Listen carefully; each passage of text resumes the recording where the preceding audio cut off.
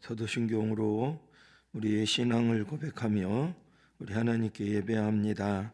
천능하사 천지를 만드신 하나님 아버지를 내가 믿사오며 그 외아들 우리 주 예수 그리스도를 믿사오니 이는 성령으로 잉태하사 동정녀 마리아에게 나시고 본디오 빌라도에게 고난을 받으사 십자가에 못 박혀 죽으시고 장사한 지 사흘 만에 죽은 자 가운데서 다시 살아나시며 하늘에 오르사 전능하신 하나님 우편에 앉아 계시다가 저리로서 산자와 죽은 자를 심판하러 오시리라.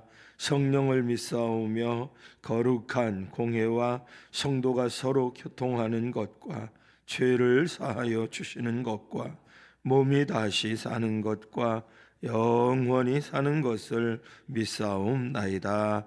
아멘. 찬송 94장 찬양을 드립니다.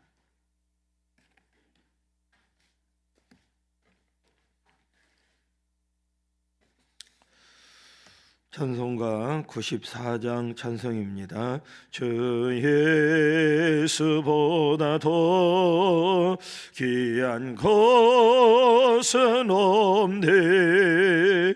이 세상 부귀와 바꿀 수 없네. 영주는 내 대신 돌아가신 그 놀라운 사랑 잊지 못해. 세상 즐거움 다 버리고 세상 저런 다 버렸네. 주 예수보다 더 귀한 것은 없네.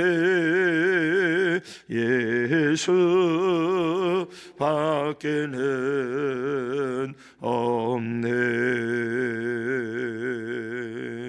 주 예수보다 더 귀한 것은 없네. 이 세상 명예와 바꿀 수 없네.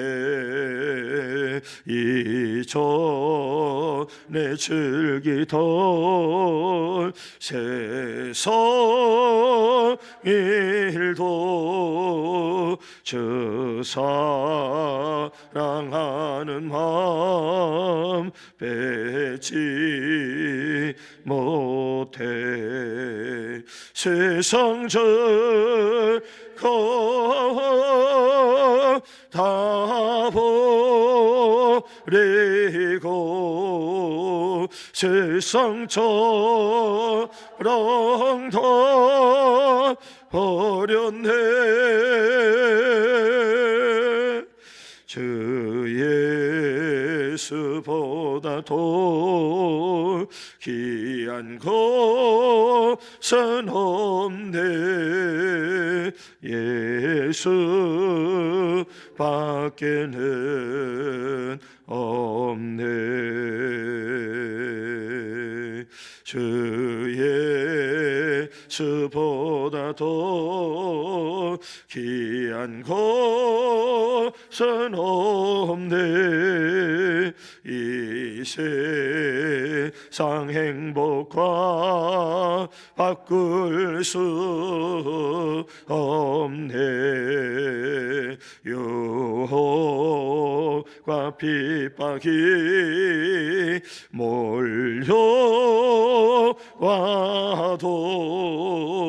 주 섬기는 내 마음 변치 않아. 세상 즐거움 다 버리고 세상 자랑 다 버렸네. 주 예수보다 더 귀한 것은 없네. 예수 밖에는 없네. 아멘.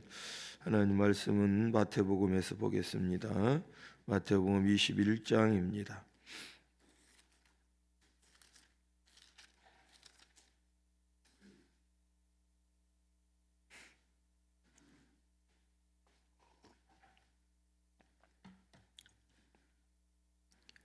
마태복음 21장 33절부터 46절까지 말씀입니다. 교독으로 말씀을 봅니다. 다른 한 비유를 들으라. 한 집 주인이 포도원을 만들어 산 울타리로 두르고 거기에 즙자는 틀을 만들고 망대를 짓고 농부들에게 세를 주고 타국에 갔더니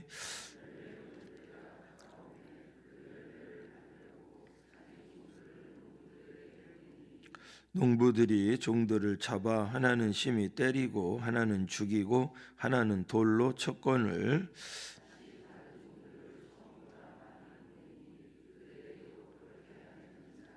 후에 자기 아들을 보내며 이르되 그들이 내 아들은 존대하리라 하였더니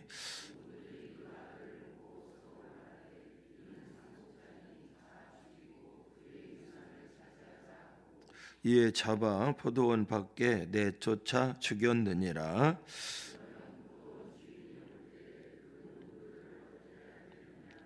그들이 말하되 그 악한 자들을 진멸하고 포도원은 제때에 열매를 바칠 만한 다른 농부들에게 새로 줄지니이다.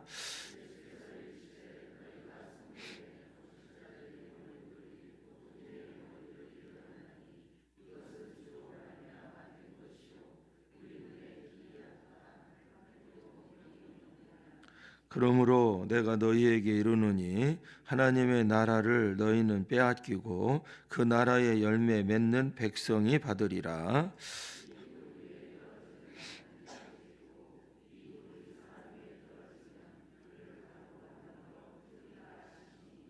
대제사장들과 바리새인들이 예수의 비유를 듣고 자기들을 가리켜 말씀하심인 줄 알고 잡고자 하나 무리를 무서워하니 이는 그들이 예수를 선지자로 암이었더라.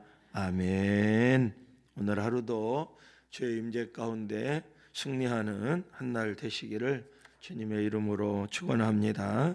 이번 한 주간 우리들이 고난 주간을 보내며 새벽에 하나님 앞에 특별 기도회로 이렇게 모이게 됐는데 오늘 나오셨으니 잘하셨습니다. 내일 또 나오셔서 더 잘하시기를 바래요. 자, 옆 사람과 서로 인사를 나눴으면 좋겠습니다. 오늘 하루도 승리하시길 바랍니다. 네, 감사합니다. 오늘 하루가 여러분들 모두에게 승리의 깃발을 꽂는 한 날이 될 수 있기를 바랍니다. 오늘 본문 우리가 너무나 잘 아는 말씀이죠. 본문 속에 포도원 주인은 하나님을 의미하고 포도원은 이스라엘을 상징하고 농부는 종교 지도자들을 또 표현하고 또 포도원 주인이 보낸 종은 하나님의 선지자들을 의미합니다. 그리고 상속자인 아들은 예수 그리스도를 의미하죠.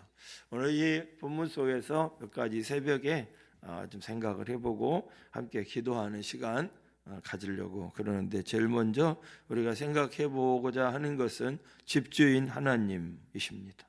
하나님 우리의 모든 필요를 채워주시고 공급해 주시는 분 인물 오늘 본문은 우리들에게 보여주고 있는 겁니다. 33절 말씀을 보면 집주인은 포도원을 만들고 울타리도 만들고 그리고 포도주를 짤 수 있는 포도즙 틀도 만들었다고 성경은 말하고 있어요. 포도원을 지킬 수 있는 망대까지 만들어 준 거예요. 그러니까 포도원 집 주인은 농부들이 삶을 영위해 나갈 수 있는 환경과 그들의 터전을 아름답게 만들어 준 겁니다. 왜냐하면 농부들에게는 포도원이 없었어요.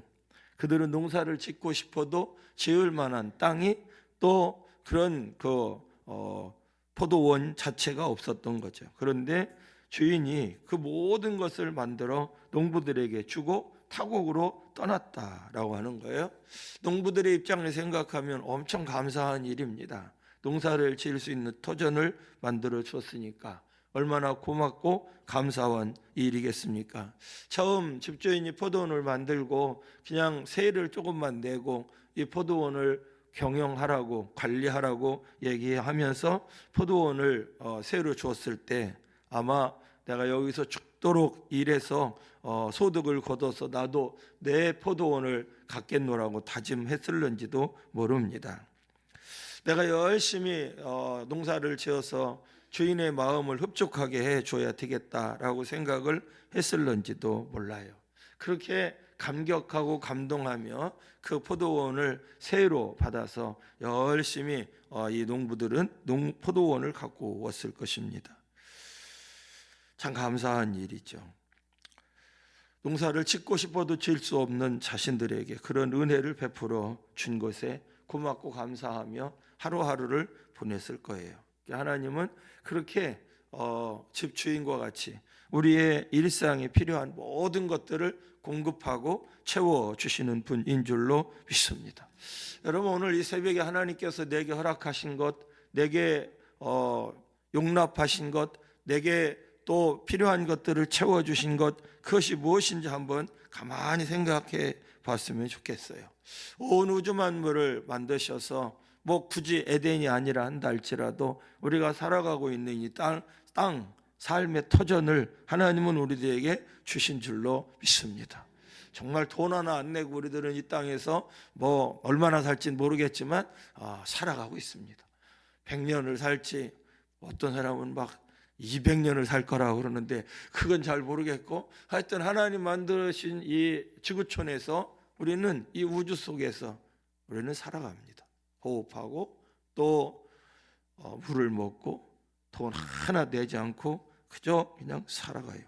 그렇게 이 살아갈 수 있는 공간만 하나님께서 우리에게 준 것이 아니라 우리의 가정도 주었고 또 배우자도 주었고 아이들도 우리들이 허락해 주시고 삶의 터전을 우리에게 허락해 주셨어요. 직장도 주고 살아가는 데 필요한 물질도 하나님은 때때로 우리에게 공급해 주시고 또 건강도 우리에게 주셔요.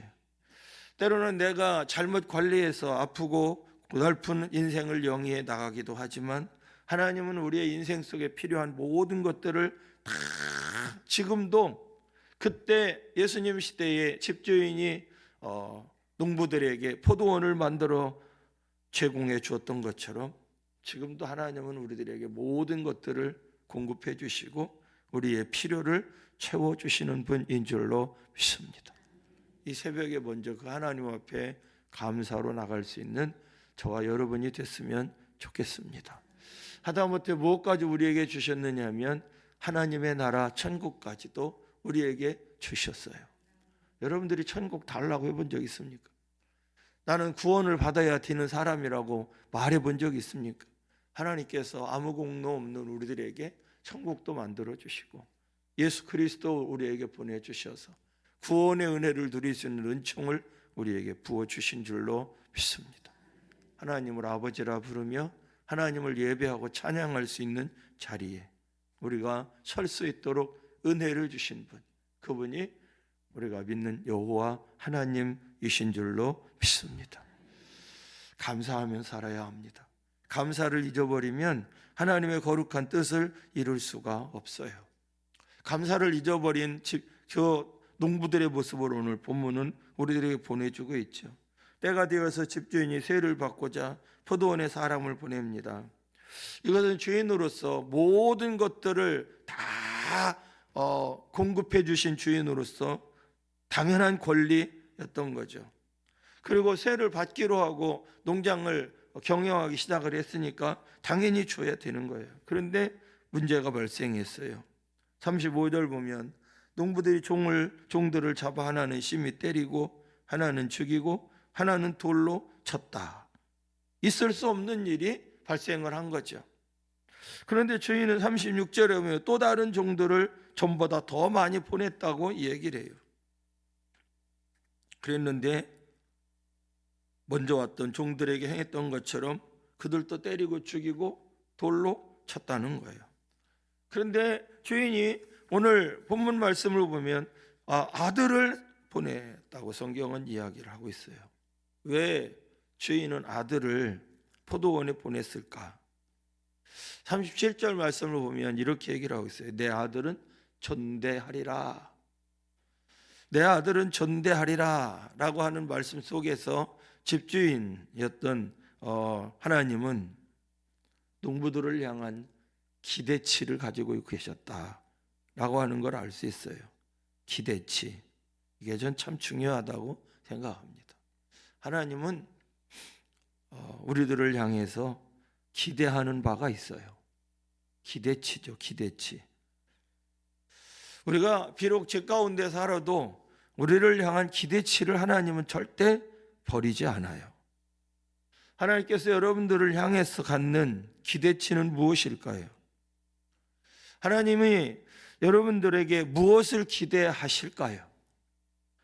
이 고난주간을 우리가 보내면서 하나님의 자녀들로 하나님의 백성으로 이 땅의 삶을 영위해 나가는 우리들에게 하나님께서 기대하는 바는 무엇일까요?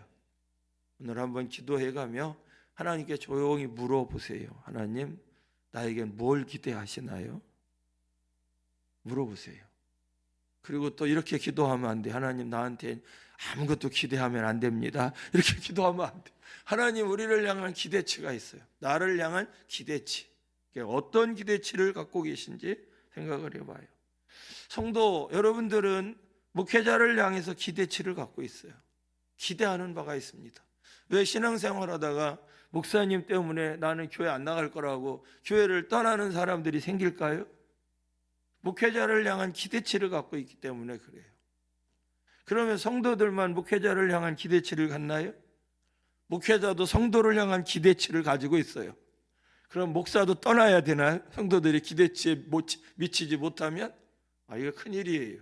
너무나 많은 사람들이 자기가 생각하는 기대치에 합당하지 못할 때 시험이 들어요. 여러분, 하나님은 우리들을 향해서 기대치를 갖고 있어요. 각 사람을 향하여 기대치를 갖고 있어요. 교역자를 향해서 기대하는 바가 있고 성도들을 향해서 기대하는 바가 있어요. 직분자를 향해서 기대하는 바가 있어요. 셀 리더를 향해서 기대하는 바가 있는 거죠. 그런데 오늘 본문을 보면 안타깝게도 이 기대치가 완전히 무너지는 거예요. 농부들은 집주인의 기대치를 완전히 쳐버리고 아들을 죽였다는 거예요. 내 아들은 전대하리라. 내 아들만큼은 귀하게 여겨주겠지라고 생각했지만 사람들은 아들을 죽인 것입니다. 왜 농부들은 집주인의 기대치를 이렇게 깡그리 뭉개버렸을까요? 욕심 때문이죠. 농사를 짓다 보니까 포도원이 너무나 익숙해진 거예요. 주객이 바뀐 것입니다. 농사를 짓다가 보니까 자기 것으로 착각해 버린 거예요. 그래서 세를 달라고 하는 순간 기분이 나빠진 거죠. 순간 깨달은 거죠. 맞아. 이 포도원은 내 게 아니었지. 그런 생각을 하면서 내 거로 만들 수 있는 방법은 없을까 고민했겠죠.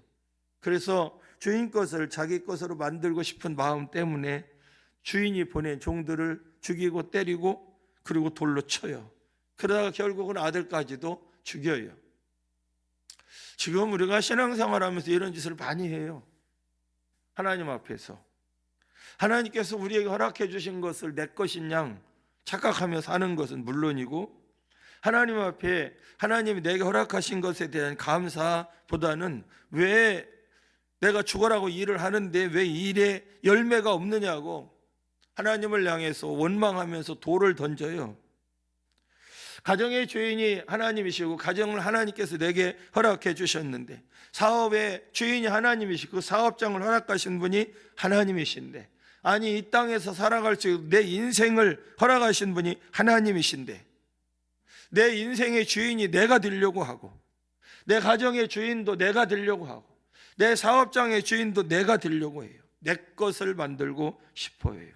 그래서 주인이 요구하는 세 내는 걸 너무 싫어합니다. 그리고 이 인생 자체가 하나님이 내게 허락해 주신 선물인데 그것을 인정하지 않고 내 인생은 나의 것이라고 외치면서 살아가려고 그래요. 포도원도 주인 것이고, 즙틀도 주인 것이고, 망대도 주인 것이고, 울타리도 주인 거예요. 다 주인 겁니다. 주인이신 하나님의 은혜 속에 우리는 오늘 또 살아가요.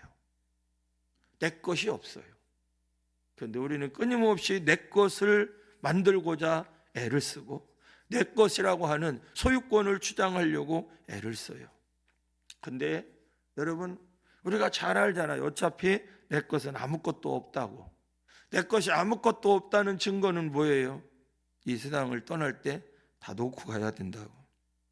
근데 나도 모르는 사이에 내 것으로 이 세상에 있는 모든 것들을 내 소유욕으로 집착해버리면 오늘 배은 망덕한 농부와 같은 존재가 될 수밖에 없음을 우리는 기억을 해야 합니다. 오늘 이 새벽에 고난 주간을 시작하며 첫날 다시 한번 내 것이 없음을 인정하고 모든 것이 다 주께로부터 왔음을 인정하며 하나님 앞에 나갈 수 있는 저와 여러분이 됐으면 좋겠습니다. 또 하나는 오늘 본문 속에서 우리가 생각해 보고자 하는 것은 아들입니다. 또 종들이죠. 죄인이 보낸 종은 선지자를 의미하고 아들은 예수님을 의미합니다. 선지자들도 마찬가지이지만 아들은 포도원에 가면 아버지의 기대와는 달리 죽을 것이라는 것을 알았어요. 그런데 포도원을 향해서 발걸음을 내디뎌요. 죽을 줄 알았습니다. 아버지의 말씀에 순종해서 그런데 포도원에 내려가요. 내려왔죠. 그리고 죽죠. 생각했던 것처럼.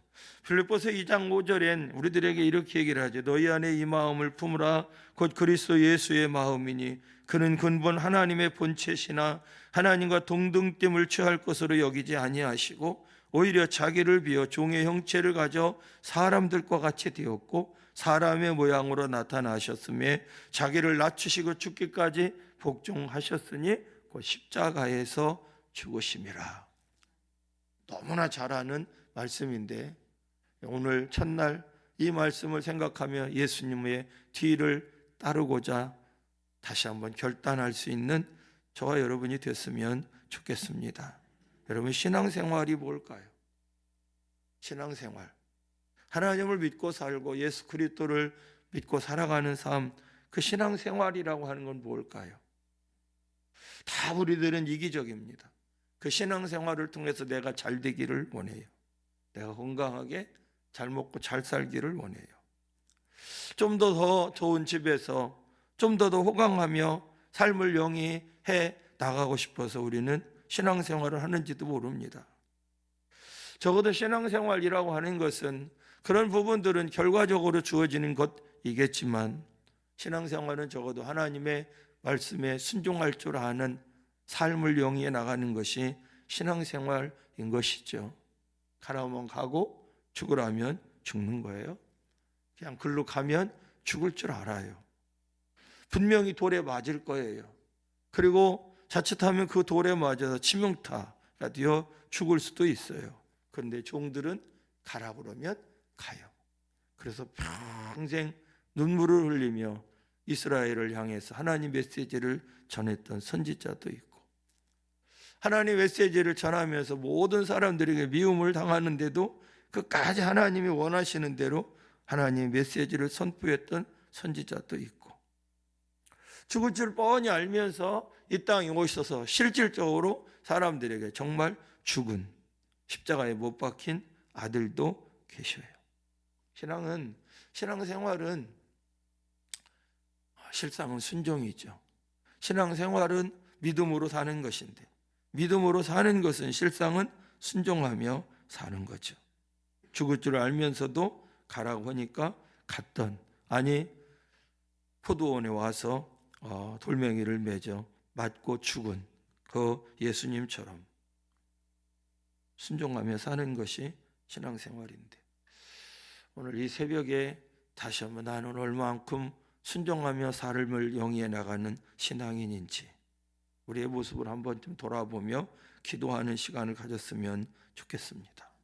여러분을 향한 하나님의 기대치가 있어요. 제가 여러분들을 향한 기대치가 있습니다. 말은 하지 않아요. 하나님도 우리들에게 말하지 않습니다. 저도 말씀을 드리진 않아요. 이만큼은 올라와야 된다 그러면 여러분 다 죽어요. 그러니까 기대치만 갖고 있어요. 하나님도 똑같다고 생각을 해요. 하나님께서 우리를 향한 기대치. 이 고난주간 우리들이 기도하면서 좀 더 하나님을 좀 생각했으면 좋겠고, 하나님 마음을, 그리고 좀 더 하나님 마음에 부합되게 살아갈 수 있는 신앙인이 되고자 내가 어떻게 하나님 앞에 살아가야 될 것인지에 대해서 끊임없이 물으며 주님 앞에 기도하며 나가는 여러분들이 되었으면 좋겠습니다. 그래서 이번 주간은 주님을 따르라, 이런 주제를 가지고 이렇게 닷새 동안 하나님 말씀을 생각을 해보려고 그러는데, 오늘 이 새벽 주님의 순종을 조금이나마 담기를 소망하며 하나님께 기도하는 시간 가졌으면 좋겠고, 여전히 우리를 향해서 기대를 저버리지 않는 하나님의 마음을 조금이나마 헤아리며 하나님 앞에 물으며 나갈 수 있는 이 새벽이 되었으면 좋겠습니다. 죽기까지 순종하셨던 주님의 모습을 또 다시 한번 마음에 담으며 이번 한 주간을 시작하고 이번 한 주간을 또 살아갈 수 있는 저와 여러분이 될 수 있기를 주님의 이름으로 축원합니다. 기도합니다. 하나님 감사합니다. 우리가 살아갈 수 있는 삶의 터전을 우리에게 허락해 주시고 여전히 생명을 주셔서 오늘도 호흡하며 하나님 앞에 나와 기도하고 하루를 시작할 수 있게 하시니 감사합니다. 고난주간 예수님께서 우리를 위해서 걸어가신 그 길을 생각하고 하나님의 마음을 헤아리며 주님 앞에 설 수 있는 우리 모두가 될 수 있도록 주여 은혜를 베풀어 주옵소서. 주님 앞에 질문도 던지고 주님의 말씀에 귀를 기울이며 우리가 어떻게 살아가야 할까 하나님의 뜻을 깨달을 수 있는 이 고난주간이 될 수 있도록 주 여호와여 은혜를 베풀어 주옵소서. 오늘 이 새벽을 깨우신 것처럼 내일 또 모레도 이 한 주간 우리의 단잠을 깨워 주셔서 주님의 임재 속에 들어가며 조금이라도 주님을 닮을 수 있는 복된 시간들이 될 수 있도록 축복하여 주옵소서. 오늘 하나님 앞에 예배드리며 예물 드린 손길들이 있습니다. 주님의 고난에 동참하기를 원하는 일상이 될 수 있기를, 먼저 그의 나라와 그의 의를 구하는 삶을 원하며 주님의 손잡고 살도록 인도해 주시기를 주님의 은혜에 고맙고 감사해서 또 이 땅에 태어남 감사해서 하나님 앞에 예물 드린 손길들이 있습니다. 주님 이 예물을 흠량하여 주시고 그들의 마음속에 들어있는 주님을 향한 감사의 고백을 받아 주시옵시며 축복하여 주옵소서. 특별히 하나님 앞에 간구하는 기도의 제목마다 응답받는 은혜의 역사가 나타날 수 있도록 인도해 주시옵소서. 주께서 복 주셔서 오늘 하루도 주 안에서 승리하고 이번 고난주간에 더 주께 가까이 나갈 수 있는 우리 모두가 될 수 있도록 인도해 주옵소서. 오늘 하루의 삶 전체를 주님께 의탁합니다. 그리고 기도합니다. 기도해야 될 것들 조목조목 생각나게 도와주시어서 이 시간이 주님과의 깊은 영적 교통의 시간이 되게 하여 주시옵소서. 하루의 삶 전체를 주님께 의탁하오며 우리 주님 예수님의 이름으로 축복하며 기도드립니다. 아멘. 하늘에 계신 우리 아버지여, 이름이 거룩히 여김을 받으시오며 나라에 임하옵시며 뜻이 하늘에서 이루어진 것 같이 땅에서도 이루어지이다. 오늘날 우리에게 일용할 양식을 주옵시고 우리가 우리에게 죄 지은 자를 사하여 준 것 같이 우리 죄를 사하여 주옵시고 우리를 시험에 들게 하지 마옵시고 다만 악에서 구하옵소서. 대개 나라와 권세와 영광이 아버지께 영원히 있사옵나이다. 아멘.